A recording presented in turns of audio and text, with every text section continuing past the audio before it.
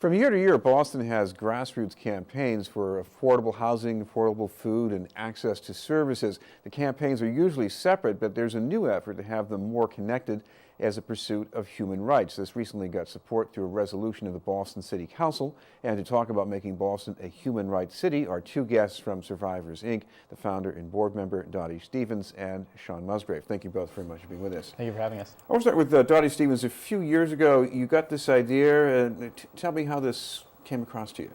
Well, I was at an Ideas in Action conference at Old South Church, and there was a woman there named Shula Koenig who was talking about human rights cities and how she started them in other countries, starting it in Argentina, and what that meant.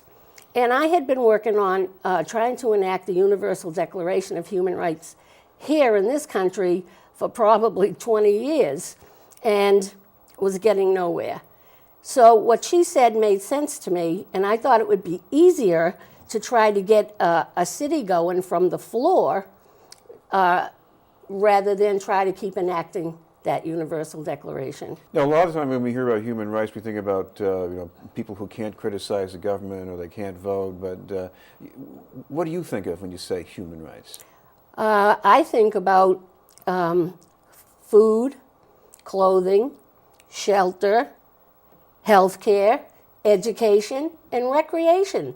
Those are all points in the Declaration, among many others, that we as human beings are entitled to. Shawn, you've looked at some of the other cities where they have adopted a kind of a human rights program. How does this work exactly? Sure. Well, it depends very much on each particular city. This isn't a model that gets exported or imposed on a city. It's a very organic and sort of cooperation and consensus-led movement. So each city, some core group of organizations or concerned individual citizens or something, will get together and decide what are the human rights priorities for that city and what steps can be taken. So it's a very loose sort of framework, but all working within like the Universal Declaration. There's a framework of international treaties that most countries have signed on to that really deal with a lot of the issues that Dottie was speaking about, things that we don't normally consider necessarily as rights within the U.S. in a legal sense, but which the international community has recognized as human rights. So once you put these things into a different framework like that, how does that change the outcome?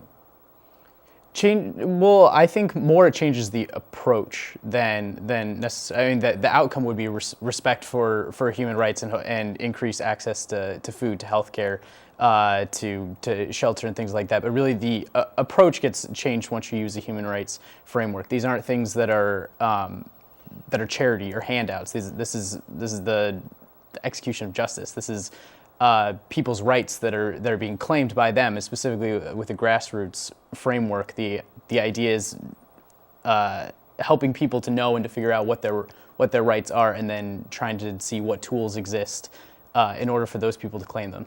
No, I think one step along the way here is you have an event tomorrow in Roxbury. Yes, at the 12th Baptist Church from noon to 3, 150 Warren Street in Roxbury.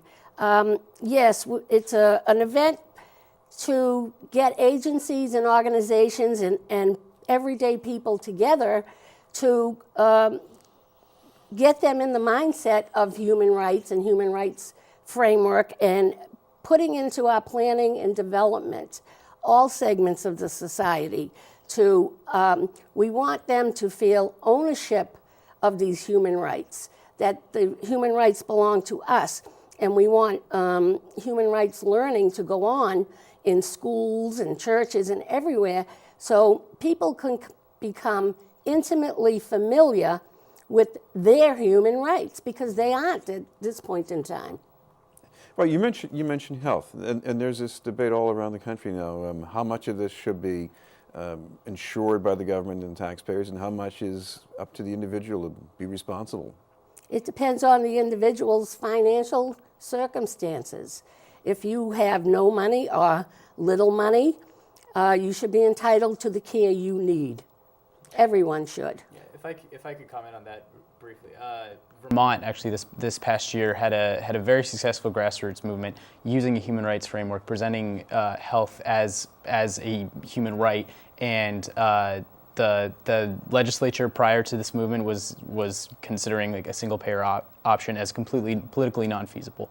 But then through human rights learning efforts on the part of this health as a human right movement, the voice of the people came through very clear that the legislature should be considering health as a human right. And then moving from that point on, considering it as a politically feasible option in order to study different ways to make that vision a reality, instead of starting with the idea, no, this is not politically feasible, so then the government should not have a responsibility for healthcare, going in the opposite direction, making it the people who are demanding it. So the other outcome, of course, is mobilization. And one more time, Dottie, the event tomorrow, the time and place?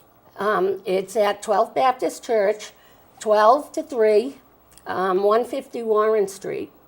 And we're hoping to come out of there with a steering committee who will look at all the issues in Boston and focus on what we need to work on.